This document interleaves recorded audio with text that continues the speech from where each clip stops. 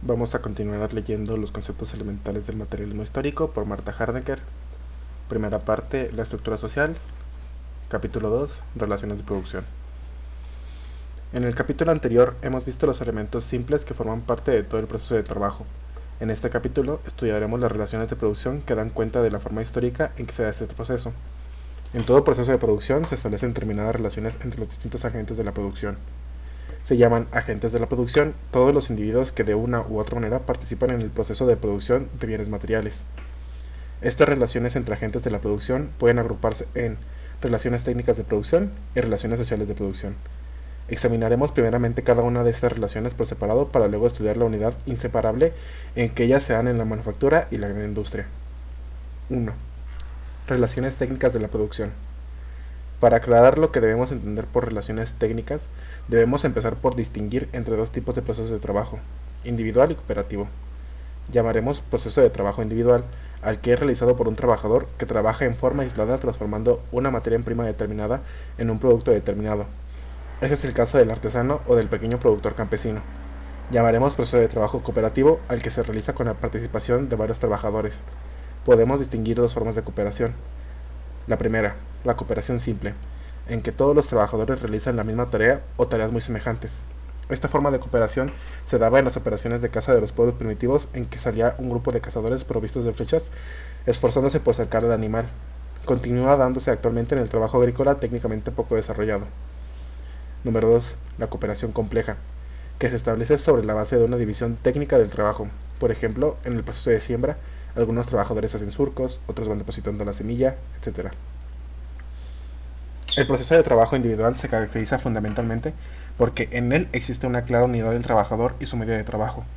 La calidad y el rendimiento del trabajo del artesano depende de la habilidad personal con la que pueda manejar su instrumento de trabajo. Por otra parte, y dependiendo de lo dicho anteriormente, es él quien controla o tiene dominio absoluto de todo el proceso de trabajo. Decide cuándo, cómo y dónde debe trabajar.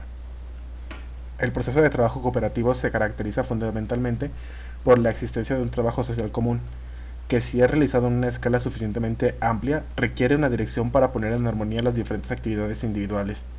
Esta debe cumplir las funciones generales que nacen de la diferencia entre el movimiento de conjunto del proceso productivo y los movimientos individuales de quienes forman parte de este proceso. Marx dice al respecto: en todos aquellos trabajos en los que cooperan muchos individuos, la cohesión y la unidad del proceso se personifican necesariamente en una voluntad de mando y en funciones que no afectan a los trabajos parciales, sino a la actividad total del taller, como ocurre con un director de orquesta. En el caso de una industria capitalista, una fábrica de calzado, por ejemplo, no todos los trabajadores cumplen las mismas tareas dentro del proceso productivo. Unos trabajan directamente en la transformación de la materia prima, es decir, del cuero. En nuestro ejemplo, para convertirlo en producto final, es decir, en un par de zapatos en condiciones de salir a la venta. Ahora bien, para que estos trabajadores directos especializados en la realización de solo una parte del proceso de producción puedan efectuar un trabajo coordinado, se necesita la participación de otras personas que sean capaces de controlar y dirigir el proceso de producción, sea parcialmente, sea a nivel global. Ambos tipos de trabajo son necesarios para poner en acción los medios de producción. Todo proceso basado en la cooperación a gran escala implica, por lo tanto, que los trabajadores individuales pierdan el control o dominio del proceso de trabajo. Se produce así una separación del trabajador individual del conjunto del proceso de trabajo. Quien pone en marcha este proceso no es ya el trabajador individual, sino el trabajador colectivo que requiere, como uno de sus elementos, a un grupo de trabajadores que cumpla funciones de dirección y control del proceso de producción. Junto a la función de transformación directa de la materia prima, surge la función de dirección y control del proceso de trabajo en su conjunto. Llamaremos trabajadores directos a los agentes de la producción que están en contacto directo con la materia prima, y trabajadores no directos a los que tienen una función de organización, vigilancia y control a distintos niveles del proceso de trabajo. Hasta aquí hemos hablado del carácter común a todas las formas de cooperación, la existencia de un trabajador colectivo en el que surgen determinadas funciones de dirección y control del proceso de trabajo. Veamos ahora algunos de sus rasgos diferenciales que dependen de los diversos tipos de relaciones que se establecen entre los elementos del proceso de trabajo. Puede existir un proceso de producción cooperativa que implique la existencia de una unidad entre el trabajador y su medio de trabajo, es decir, en el que el trabajo realizado en forma colectiva implique un control o dominio por parte del trabajador individual de su instrumento de trabajo. En este caso, existe una separación del trabajador individual con respecto a la puesta en marcha del proceso de trabajo. que ahora está en manos del trabajador colectivo. Pero una unión de ese trabajador con su medio de trabajo, su habilidad personal, sigue contando. Puede existir también el caso de un proceso de producción cooperativa en que el trabajador individual haya no solo perdido el dominio de la puesta en marcha del proceso de trabajo, sino que también haya perdido el dominio del medio del trabajo, como ocurre en la gran industria donde el trabajador pasa a ser una pieza más de la máquina. En esas condiciones se constituye una nueva unidad que reemplaza la unidad del trabajador con su medio de trabajo ya examinada. La unidad del medio de trabajo y el objeto de trabajo, en la máquina de que transforma la materia prima, el trabajador pasa a ser un esclavo. Esta unidad máquina-objeto constituye, según Marx, un esqueleto material independiente de los obreros, y pasa a ser un elemento fijo del proceso de trabajo dispuesto a recibir al obrero que venga. Se produce así una separación total del trabajador individual de los medios de producción. La necesidad del trabajador colectivo pasa a ser una necesidad técnica. El trabajador colectivo se transforma en trabajador socializado. A través de lo que hemos visto, podemos afirmar que el tipo de relación que se establece entre el trabajo individual y el medio de trabajo depende fundamentalmente del carácter que este medio tenga. De ahí que Marx insista en el papel decisivo que desempeña el medio de trabajo en la forma histórica concreta en que se da el proceso de trabajo. Resumiendo, en todo proceso de producción se establece un determinado tipo de relaciones entre los agentes y los medios de producción, relaciones que está ligada a las características técnicas del proceso de trabajo, división técnica del trabajo, tipo de cooperación, características técnicas del medio de trabajo, etc. Estas relaciones se caracterizan por el tipo de control o dominio que los agentes de la producción pueden ejercer sobre los medios de trabajo y el proceso de trabajo. Llamaremos relaciones técnicas de producción a las formas de control o dominio que los agentes de la producción ejercen sobre los medios de trabajo en particular y sobre el proceso de trabajo en general. 2. Relaciones sociales de producción. Hasta aquí hemos visto las formas técnicas en que se da la producción de bienes materiales. El trabajador directo y el trabajador no directo son agentes de la producción que gastan sus fuerzas de trabajo en tareas técnicamente diferentes, que dependen de la división técnica del trabajo dentro del proceso de producción. Pero este proceso técnico de producción no existe nunca aislado de las condiciones sociales que lo hacen posible. Toda producción social está históricamente determinada. Ahora bien, en una sociedad concreta es posible verificar, en general, que existen individuos que son propietarios de los medios de producción e individuos que deben trabajar para aquellos, los trabajadores. Entonces, los trabajadores o productores directos son agentes inmediatos de la producción, es decir, aquellos que gastan su fuerza de trabajo en el interior del proceso mismo de producción. Desde el punto de vista técnico se dividen, como hemos visto, en trabajadores directos y no directos. En las sociedades en que existe la propiedad privada de los medios de producción, los propietarios de los medios de producción tienen un papel en el proceso general de producción, sin figurar necesariamente como productores directos, pues al ser dueños de los medios de producción hacen posible el proceso. Como los medios de producción son las condiciones materiales indispensables a todo proceso de producción, como es imposible producir sin medios de producción, los hombres que no poseen estos medios o que disponen de una cantidad demasiado pequeña de ellos terminan por trabajar para aquellos que poseen los medios fundamentales de producción. Entonces, los agentes de la producción, si se les llama agentes de la producción a todos aquellos que participan de una u otra manera en el proceso de producción de bienes materiales, podemos clasificar a estos agentes desde dos puntos de vista. 1. Desde el punto de vista técnico, que son trabajadores directos y trabajadores no directos, y 2. Desde el proceso de vista social, trabajadores no propietarios y propietarios de los medios de producción.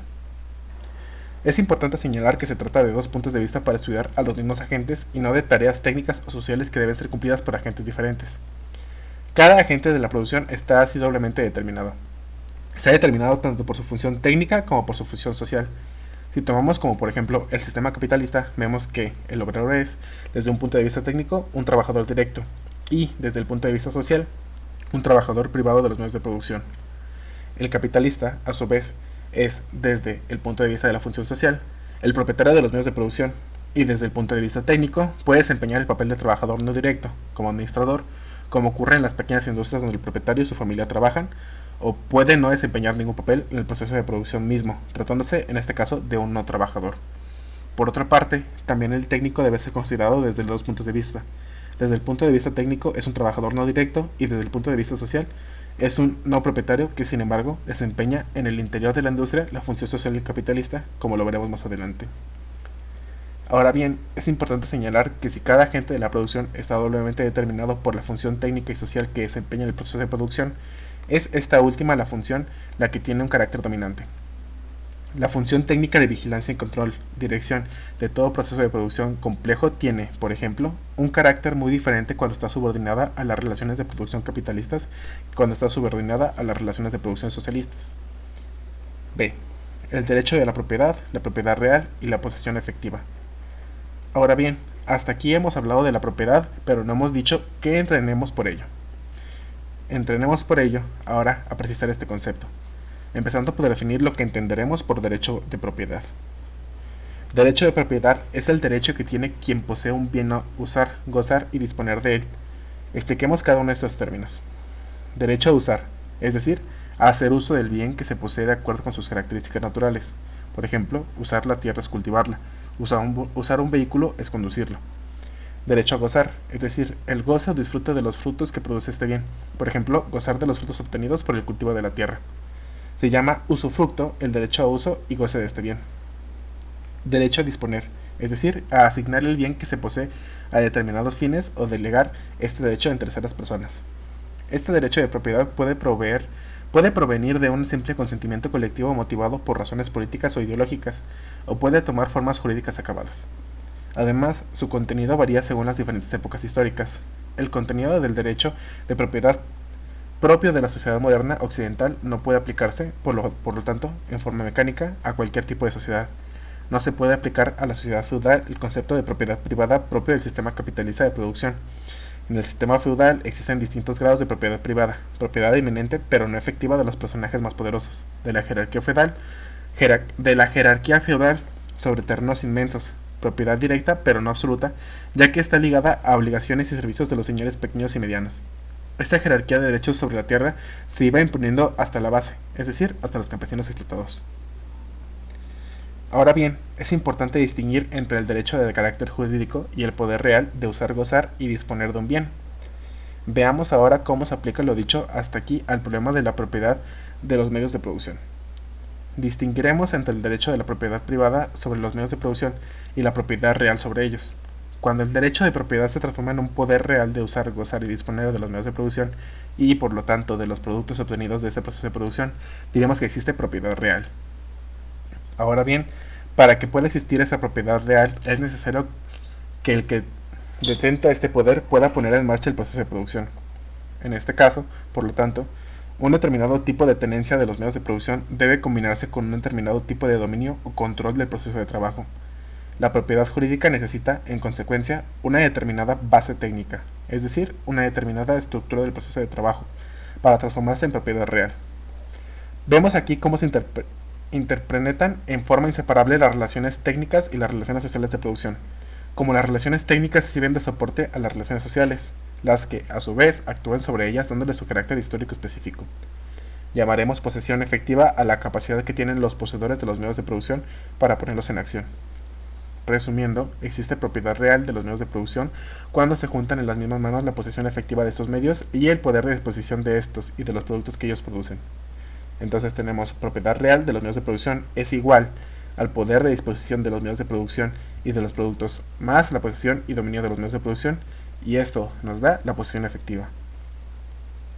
Ahora bien, cuando los propietarios jurídicos de los medios de producción tienen la propiedad real de ellos, los productores directos están totalmente separados de estos medios. Son no propietarios que han perdido todo dominio sobre los medios con los cuales trabajan y sobre el proceso de trabajo global. Pie de nota. Ahora bien, puede ocurrir que la propiedad real y la propiedad jurídica no estén en las mismas manos. Este sería el caso de un programa agrario que nacionalizara la tierra, es decir, la transformara en propiedad del Estado, pero que delegara su derecho a disponer de ella a las comunas o centros regionales. El Estado tendría la propiedad jurídica y la comuna la propiedad real. Otro caso de separación entre propiedad jurídica y propiedad real es el interventor en una empresa. El capitalista continúa siendo, desde el punto de vista jurídico, el propietario, pero el interventor, el que dispone ahora de los medios de producción y de sus productos. Ahora bien, no existen solo casos de no correspondencia entre propiedad jurídica y propiedad real, sino que pueden existir otras formas de combinación de los elementos propios al derecho de propiedad. Puede darse el caso de una propiedad jurídica que esté separada de una posesión efectiva, es decir, que exista el derecho a disponer de los medios de producción y de los productos de trabajo que están en manos de terceras personas que los hacen producir.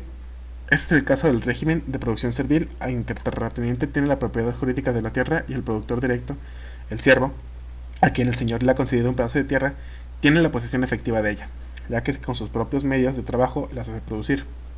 El terrateniente tiene aquí un derecho jurídico que entra en contradicción con la posesión efectiva que tienen los campesinos productores directos. Cuando existe esta no correspondencia entre las relaciones de propiedades jurídica y posesión efectiva, el derecho a disponer de los productos solo se transforma en poder mediante la intervención de factores extraeconómicos, políticos e ideológicos. El siervo que puede vivir de su producción solo va a trabajar la tierra del señor bajo el látigo del capataz. Una cosa muy diferente ocurre en el capitalismo, donde el capitalista no solo tiene la propiedad jurídica, sino también la propiedad real del proceso. Al trabajador no le queda, en este caso, sino una sola alternativa: morir de hambre o ofrecer su fuerza de trabajo al capitalista. Otro caso interesante en la sociedad por acciones. En este caso existen muchos propietarios en el sentido jurídico del término, pero generalmente solo un grupo muy pequeño de ellos tiene la propiedad real de los medios de producción. Fin de pie de página. En esta relación de propiedad, no propiedad, que los agentes establecen como los medios de producción, los que explican la relación de explotación se establecen entre ellos. La relación de los agentes con los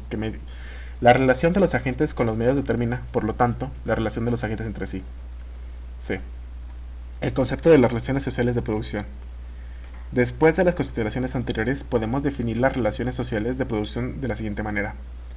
Llamaremos relaciones sociales de producción a las relaciones que se establecen entre los propietarios de los medios de producción y los productores directos en un proceso de producción determinado.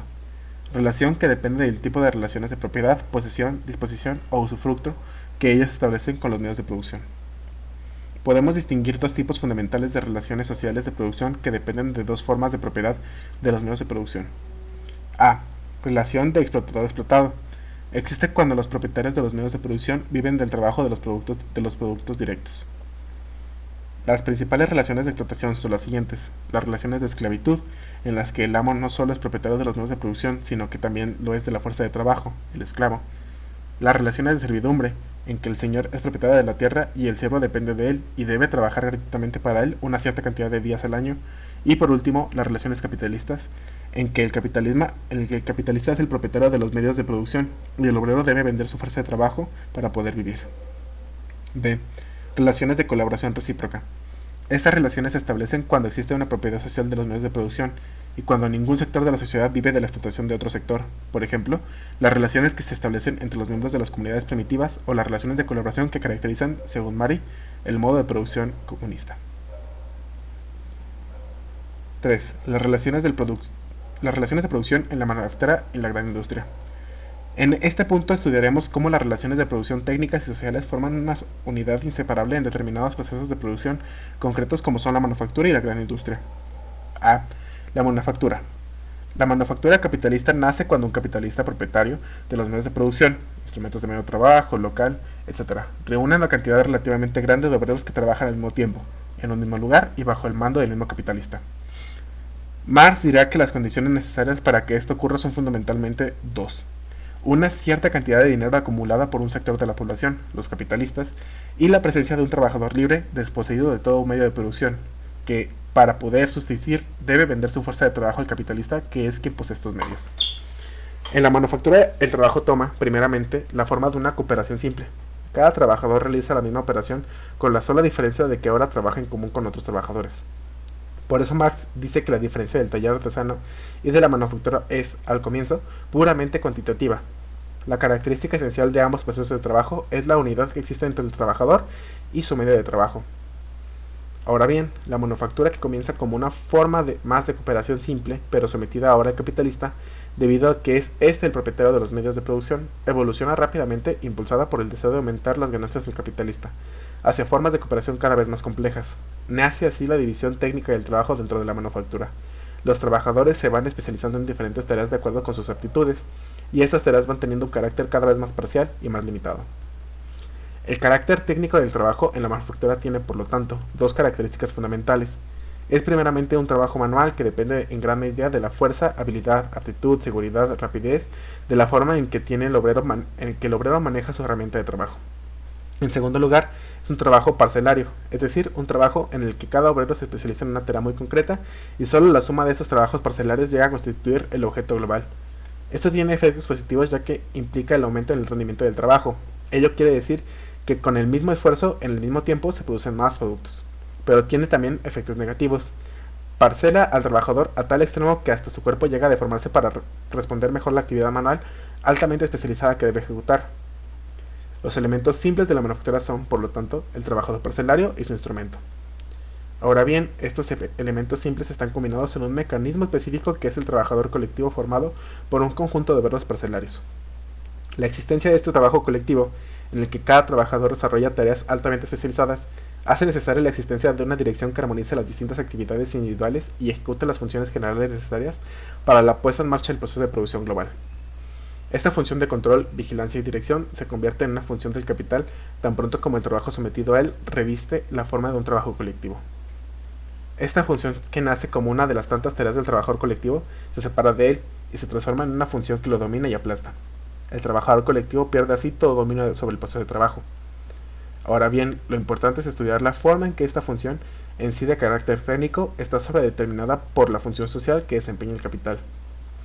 Como el proceso de trabajo capitalista tiene como finalidad fundamental aumentar la plusvalía, el trabajo no pagado, el papel directivo que el capitalista o uno de sus representantes cumple en el trabajo de producción no se limita solamente a la realización de tareas técnicas, sino, al mismo tiempo, estas mismas tareas técnicas de control, vigilancia y dirección están sobredeterminadas por la necesidad de extraer el máximo de plusvalía. Los trabajadores no directos se transforman en fiscalizadores del proceso de producción, exigen a los obreros el máximo de rendimiento, se aumentan así, más allá de las necesidades técnicas, los cargos de vigilancia y el control para impedir que los trabajadores le saquen la vuelta al trabajo, etc. Veamos lo que dice Marx al respecto. Pero sí, por su contenido, la dirección capitalista tiene dos filos, como lo tiene el propio proceso de producción por el dirigido, los cuales son, de una parte, un proceso social de trabajo para la creación de un producto y, de otra parte, un proceso de valorización del capital. Por su forma, la dirección capitalista es una dirección despótica. Al desarrollarse la cooperación en gran escala, este despotismo va presentando sus formas peculiares y características. Primero, tan pronto como su capital alcanza un límite mínimo, a partir del cual comienza la verdadera producción capitalista, el patrono se exime del trabajo manual. Luego, confía la producción de vigilar directa y constantemente a los obreros aislados y a los grupos de obreros, a una categoría especial de obreros acelerados. Lo mismo que los ejércitos militares, el ejército obrero, puesto bajo el mando del mismo capital, reclama toda una serie de jefes, directores, gerentes, managers y oficiales, inspectores, foremen, overlookers, capataces, contramaestres, que durante el proceso de trabajo llevan el mando en nombre del capital, la labor de alta dirección y la vigilancia va reduciéndose a su forma función específica y exclusiva. El capitalista no es tal capitalista por ser director industrial, sino al revés, es director industrial por ser capitalista. El alto mando sobre la industria se convierte en el atributo del capital, como en la época feudal era el atributo de la propiedad territorial, el alto mando en la guerra y el poder judicial. Tenemos, por lo tanto, en la manufactura, una determinada combinación de relaciones técnicas y sociales que sería la siguiente. El capitalista, en ese mismo tiempo, el propietario y el que controla, personalmente o a través de un representante suyo, el proceso de producción de su conjunto. El trabajador no es propietario de los medios de producción, pero controla todavía el manejo de los medios por los cuales trabaja. Recordemos que lo propio de la manufactura es la unidad que existe entre el trabajador y su medio de trabajo. Todavía no existe, por lo tanto, un dominio total de todos los elementos del proceso de producción por parte del capitalista. En la etapa de la manufactura, la propiedad jurídica del capitalista sobre los medios de producción no corresponde todavía a una plena propiedad real sobre ellos. El trabajo, al depender todavía de la habilidad del obrero, no está totalmente subordinado al capital. El capitalista muchas veces debe ceder ante la presión de los trabajadores para no perder un trabajador hábil que ha logrado aumentar su rendimiento gracias a una larga experiencia de trabajo especializado manual. Ahora bien, en un determinado momento del desarrollo del modo de producción capitalista, la base técnica de la manufactura, la unidad del trabajador parcelario, con su instrumento, que implica que el rendimiento del trabajo encuentre límites en la capacidad física del trabajador, entra en contradicción con la necesidad de la acumulación capitalista. De esta manera, se busca reemplazar al trabajador manual por el trabajo mecánico realizado por la máquina. Vamos a ver ahora la gran industria. La gran industria capitalista se diferencia de la manufactura en la forma que ha adquirido en ella el medio de trabajo. La revolución, en lo que se refiere al medio de trabajo, va a producir una revolución en el proceso general de producción, la llamada revolución industrial. ¿En qué consiste esta revolución? En la introducción de máquinas y herramientas en el proceso de producción. Estas máquinas integran en una unidad técnica los aparatos y las herramientas con los que trabaja el obrero manual de la manufactura. Ahora dejan de ser herramientas en manos de un hombre para pasar a ser herramientas mecánicas engranadas en un mismo mecanismo. Marx define la máquina herramienta como un mecanismo que, una vez que se le transmite el movimiento adecuado, ejecuta con otras herramientas las mismas operaciones que antes ejecutaba el obrero con otras herramientas semejantes. La herramienta se convierte de simple herramienta en máquina cuando pasa de manos del hombre a pieza de un mecanismo. La máquina herramienta permite así saltar la barrera orgánica que surgía entre el trabajador y el medio de trabajo de la manufactura y aumentar con ello considerablemente lo producido. Ella transforma completamente la relación entre el trabajador y los medios de producción. La puesta en acción de los medios de trabajo ya no depende más de la aptitud personal del trabajador. La organización de la producción pasa a ser completamente independiente de las características de la fuerza humana de trabajo. Se establece una completa separación entre el trabajador y su medio de trabajo. Se establece, por el contrario, una unidad entre medios de trabajo y objeto de trabajo. El proceso de producción ya no puede ser definido como la reunión de un cierto número de obreros, sino como un conjunto de máquinas dispuestas a recibir a cualquier obrero. El capital que comienza por apoderarse del proceso de trabajo en las condiciones técnicas dadas por el desarrollo histórico, al estar sometido a las leyes de la acumulación capitalista, revoluciona totalmente el proceso de trabajo. Hasta entonces, dice Marx, solo existía un sometimiento formal de trabajo al capital. Ahora, con la introducción de la máquina herramienta, existe un sometimiento real. El trabajo colectivo pasa a ser aquí una necesidad técnica y se convierte, según Marx, en un trabajo socializado. Se hace así cada vez más imposible dar cuenta de cuál es el papel que desempeña el trabajador individual en la producción del producto final. El carácter cada vez más socializado de la estructura del proceso de trabajo y de la relación entre ellos cae en contradicción con el carácter privado de la propiedad real sobre los medios de producción, es decir, cae en contradicción con las relaciones de producción.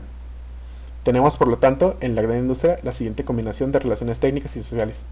El capitalista es al mismo tiempo el propietario y el que controla y dirige, personalmente o a través de representantes, el proceso de producción global. El trabajador individual se encuentra, por otro lado, totalmente separado de los medios de producción. No es su propietario ni tampoco los controla y por ello se encuentra totalmente sometido al capital social y técnicamente. Esta coincidencia entre relaciones sociales y técnicas de producción, entre las relaciones de propiedad y apropiación real, para utilizar la terminología de Marx, que hacen que la propiedad jurídica del capitalismo se transforme en una propiedad real y que hacen que la separación del trabajador de sus medios de producción sea total, es lo que le da el carácter totalmente irreversible al proceso de desarrollo capitalista en esta etapa.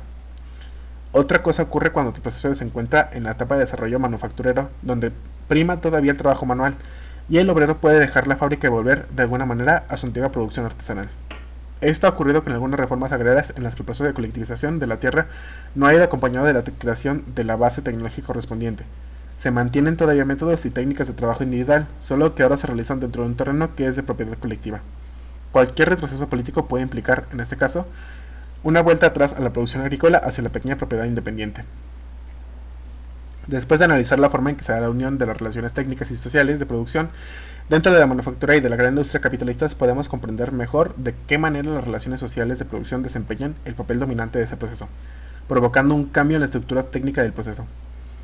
En el afán de ganar más, lo que se lleva el capital a buscar nuevas formas para aumentar la plusvalía. Ya no basta prolongar la jornada de trabajo.